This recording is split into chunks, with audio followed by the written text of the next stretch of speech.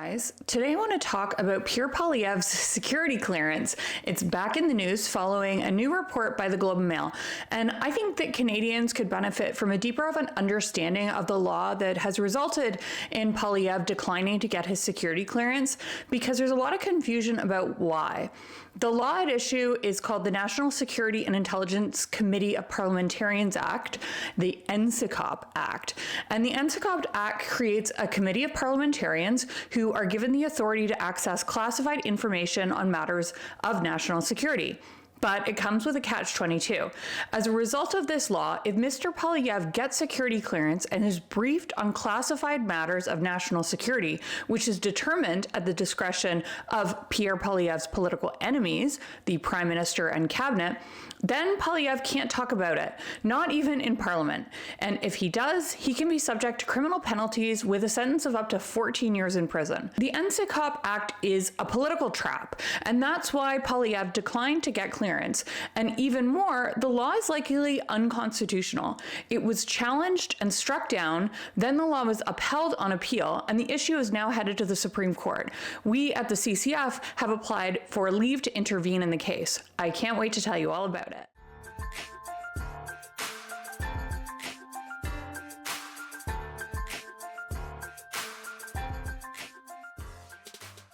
If you're new here, welcome. My name is Christine, and I'm the litigation director with the Canadian Constitution Foundation, a nonpartisan legal charity that fights for fundamental freedoms in Canada. I upload regular videos about our ongoing legal cases and other interesting developments in constitutional law in Canada. So if that sounds like something you'd be interested in, hit like and subscribe below. It really helps my videos out a lot. Also, please remember, nothing in my videos is ever legal advice. If you have your own legal question or problem, please consult your own lawyer. So let's talk about Pierre Poilievre's security clearance, why he declined to get it, and that report from the Globe and Mail. First, let's start with the Globe and Mail report. It's written by Bob Fife and Stephen Chase. The headline is, CSIS alleges India organized support for Poilievre's 2022 Conservative leadership bid. The report is based on one anonymous source with top secret security clearance. So when you first read the headline, it sounds like the source is from CSIS, but we actually don't know that. When you read the content of the article, it just says a source with top secret security clearance. That's who is disclosing what CSIS learned. They might not, and very likely are not, in CSIS, because a lot of people actually had access to that type of information, including those members, those parliamentarians on the NSICOP committee. So we don't actually know if the source of this information is someone within CSIS or if it's one of Poilievre's political enemies. What we do know is that this person was not authorized to disclose the information, and we know that Poilievre was never told this information. We also know that Poilievre ultimately won the leadership race handily, and that the Hogue report on foreign interference says that there is no evidence that any attempts to meddle were actually successful. We also previously knew from the NSICOP report last June that India was already alleged to have interfered with the Conservative leadership campaign. We just didn't know which of the candidates it was affecting or it was targeting. And the source for the Globe and Mail has now disclosed that it was Mr. Poilievre. Now, the timing of this leak is also something that should probably raise a few red flags when you consider what the source might be. It's obviously leaked in the middle of the 2025 federal election that's currently underway. This, I think itself, should make us think about why it was released and who might have released it and to what end. So now let's turn to the other issue, Pierre Poilievre's security clearance and why he declined to get it. As I said, Poilievre was never told this information about India's attempt to meddle in the election because he had declined to get that clearance. And frankly, I think that the rationale for his decision is justifiable when you look at this law, because getting the clearance places him in a catch-22 because of this law, which is very likely unconstitutional. That law, as I said, is the National Security and Intelligence Committee of Parliamentarians Act, the NSICOP Act, which creates this committee of parliamentarians who are given authority to access classified information on matters of national security. And the law requires that these parliamentarians keep the material confidential, and that if they disclose it, even in Parliament, they can be subject to criminal penalties with a prison sentence of up to 14 years.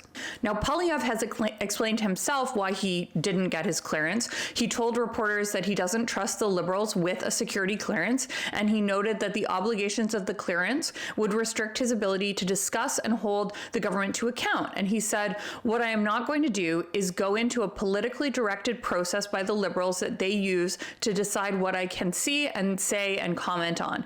And he said that CSIS is free to brief him directly if they feel that it is warranted. Now, it's interesting that someone decided to brief the Globe and Mail, but no one ever briefed Poilievre. So the problem with the NSICOP Act is that it upends centuries of practice in Westminster governments. Now, normally parliamentarians have immunity from prosecution for statements that they make in Parliament, and they have had this immunity since the establishment of responsible government in the United Kingdom. Until now, until the NSICOP Act, no Westminster government has ever contemplated sending a member of Parliament to jail for what he or she says in debate in the legislature. The NSICOP Act changes all of that. It forbids the disclosure of anything that the department is taking measures to protect, which is incredibly broad and is done based on the discretion of Prime Minister and Cabinet.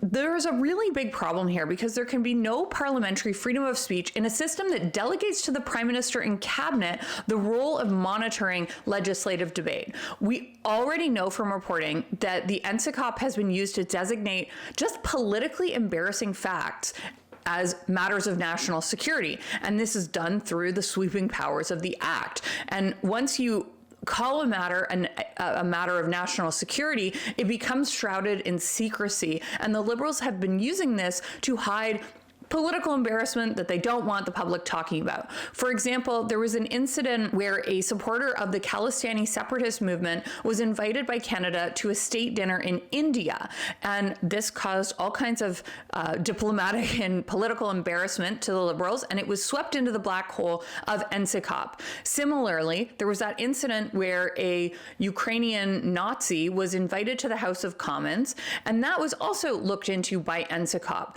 And these are just not matters of national security. They're politically embarrassing incidents of public interest. But by putting them into NSICOP, the Prime Minister can shield these embarrassing facts from public view, and parliamentarians briefed on them are then silenced under the threat of criminal sanction. On the other hand, a parliamentarian who is not briefed but still finds out about these embarrassing matters can speak about them freely without risking up to 14 years in prison. The existence of this law makes no sense. Parliament has proven itself capable of protecting sensitive information in debate without the need of a threat of criminal sanction.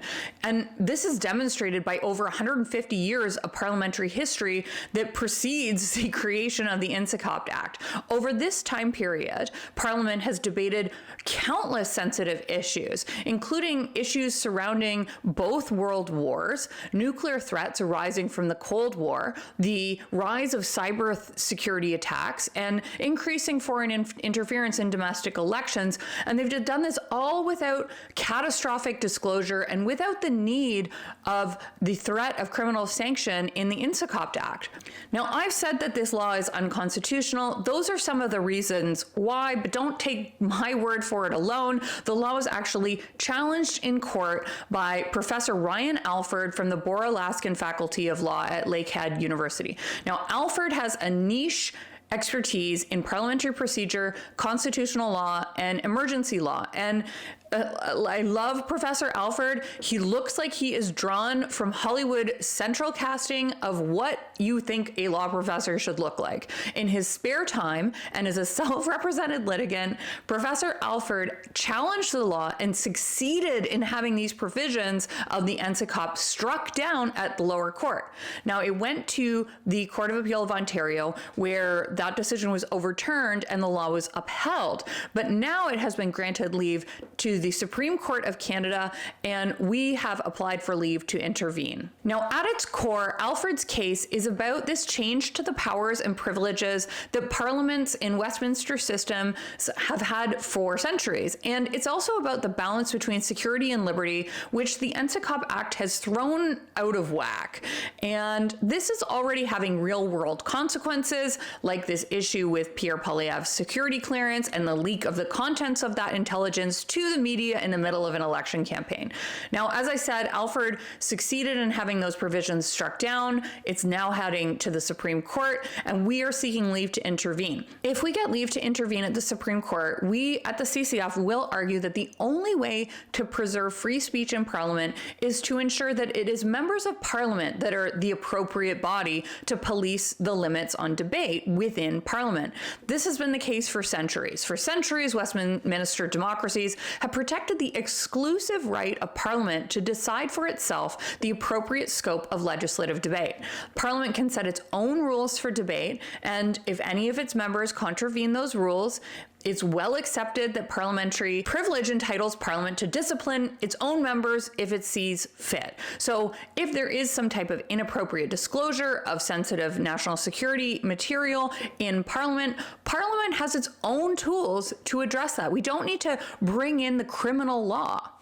To give parliamentary freedom full effect, the court, we say, needs to not interpret the NSICOP Act as authorizing Parliament to delegate its exclusive right to regulate legislative debate to the executive branch, to the Prime Minister and Cabinet. And that is exactly what this legislation does.